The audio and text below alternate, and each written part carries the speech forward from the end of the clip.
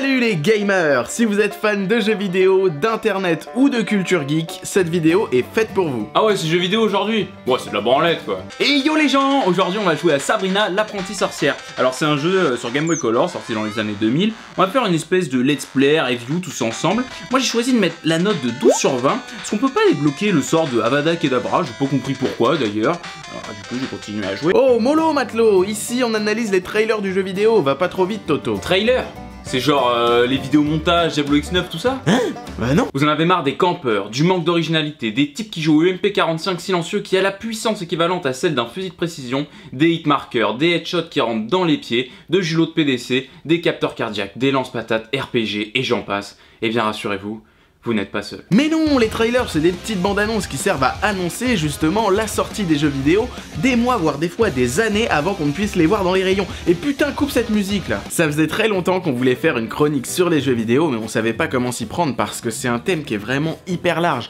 Du coup on a décidé de commencer par le commencement. Bah oui parce que avant de regarder les pubs du jeu vidéo, vous passez forcément par les trailers et même des fois par les teasers. Mais c'est quoi la différence entre teaser, trailer et pub de jeux vidéo? C'est pareil non? Alors non. Ouvre tes esgourdes. Le teaser, c'est une toute petite vidéo d'annonce d'un jeu. Souvent, on apprend et ne voit presque rien, c'est juste pour titiller les fans et dire « Les gars, préparez-vous parce qu'on arrive fort ». A savoir qu'un teaser peut être dévoilé vraiment des années avant la sortie définitive, comme le montre l'exemple sous vos yeux. Les trailers, comme les teasers d'ailleurs, sont destinés à être diffusés sur les réseaux sociaux des éditeurs. Mais quand c'est vraiment des gros trailers ou alors qui sont vraiment surprenants, on peut souvent les voir dans des conférences ou dans des salons. Là, on n'est pas sur des images de jeu, plutôt de la cinématique qui en envoie plein les mirettes. Avant, on avait des extraits de gameplay, mais c'est devenu très rare. Les éditeurs préfèrent un trailer scénarisé avec une réalisation léchée et c'est pour ça que bien souvent, une fois devant le produit final, on a de mauvaises surprises. Coucou Watch Dogs! Puis enfin, les pubs, ça vient au moment de la sortie du jeu. C'est pas destiné à internet, mais à la télévision directement. On a des images du jeu et puis, grande différence, des images de gens qui jouent au jeu. La publicité télévisuelle jeux vidéo ludique met tout le temps en scène des beaux jeunes gens en train de jouer. Parfois, on a aussi des mises en scène tantôt rigolotes, tantôt façon grande aventure. Les vrais acteurs dans les trailers du jeu vidéo, c'est assez rare. Je vous l'accorde, on en voit souvent quand on essaye de vendre une console. Mais quand on essaye de vendre un jeu vidéo, bah on montre le jeu vidéo en lui-même, son contenu quoi. Non mais moi j'adore les trailers. Tiens, ça me donne envie de faire un top 10 des trailers les plus mythiques de l'histoire du jeu vidéo. Ça va buzzer, ça c'est sûr. Ah mais c'est pas dans le script ça, et puis en plus ça existe déjà. Après le top 10 kills, voici le... Top 10 films. On commence avec le coup de cœur de la rentrée avec le trailer de Red Dead Redemption 2 qui nous a soufflé par ses graphismes et dont le scénario et la période historique soulèvent moultes interrogations.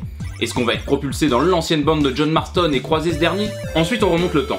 Nous sommes en 2004 à Los Angeles et Nintendo termine sa conférence à l'E3 avec l'annonce d'un nouveau Zelda. Et là je fais comme les commentaires lors de l'entrée des joueurs à Anfield Road, je me tais et je vous laisse écouter le public.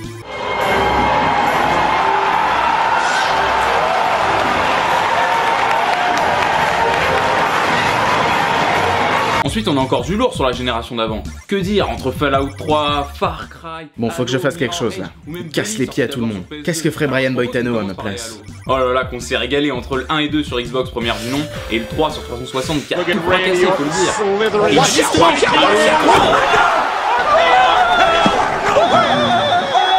moi, il y a un trailer que j'ai beaucoup aimé ces derniers temps, c'est celui de Mario et les lapins crétins Kingdom Battle.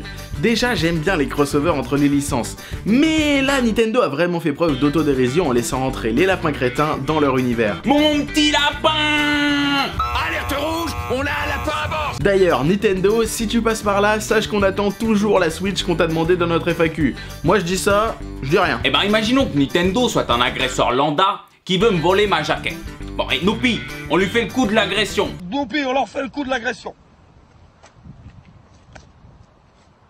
Et là, paf! Là, je peux vous dire que là, votre agresseur, il fait moi sa marionnette. Hein. Et bah voilà, maintenant c'est foutu pour la Switch. Méchant Noupi. Non mais Nintendo, soyez sympa quoi. Moi j'aime bien vos crossovers, je l'ai dit dans mes chroniques. J'avais acheté Mario et Sonic au jeu. Ah Toto, arrête, ça fait mal. Je vois mon petit Julot, c'est un Pokémon Go, go, go. Me demande pas ce que je cherche, y'a un Pokémon Go, go, go. Ah oui, Pokémon Go, voilà un trailer qui a hypé comme jamais. En même temps, il y avait de quoi, c'était une idée révolutionnaire qu'on nous dévoilait là. Avec ce trailer, on avait l'impression que tout était possible. Niantic nous plongeait complètement dans leur univers, on ne voit aucune vraie image du jeu, que des Pokémon en 3D incrustés dans notre monde. Et il faut dire que ça claquait.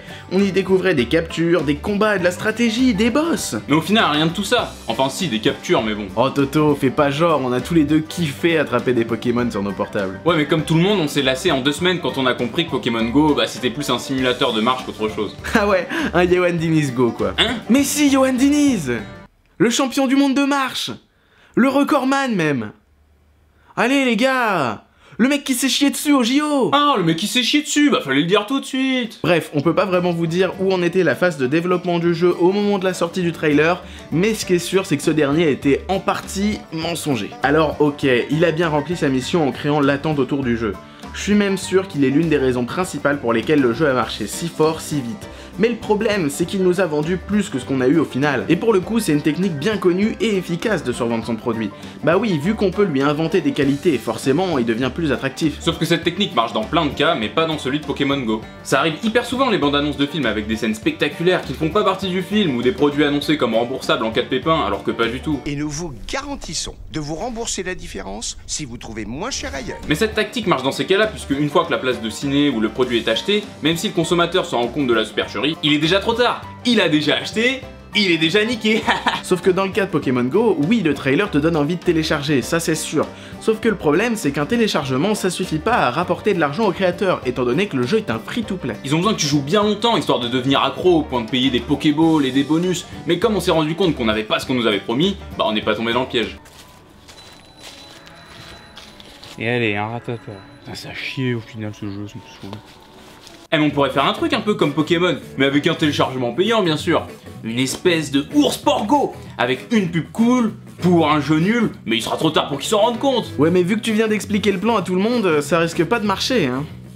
Mais bon, on va tenter quand même, on n'a rien à perdre.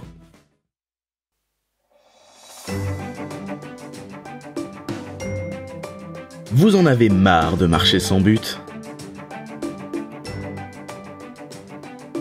Découvrez l'appli qui donne du sens à vos randonnées.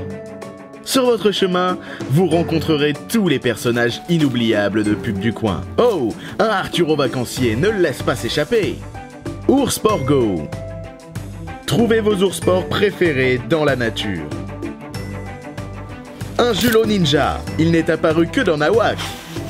Oh oh, dépêche-toi, un Bananaman vient d'apparaître. Oh non, il s'enfuit.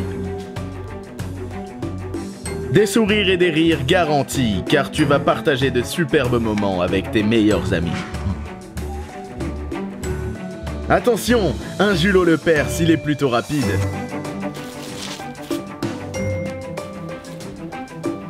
Regarde, c'est Arturo star du porno, il est indécent. Oh, un Quentin, ne lui fais pas de mal. Mince, ça ne marche pas. C'est certainement parce que les deux inventeurs de ce jeu n'ont aucune notion en création de jeux vidéo. Allez, sans rancune. Ours Sport Go, c'est nul, mais c'est trop tard. Seulement 69,99 €.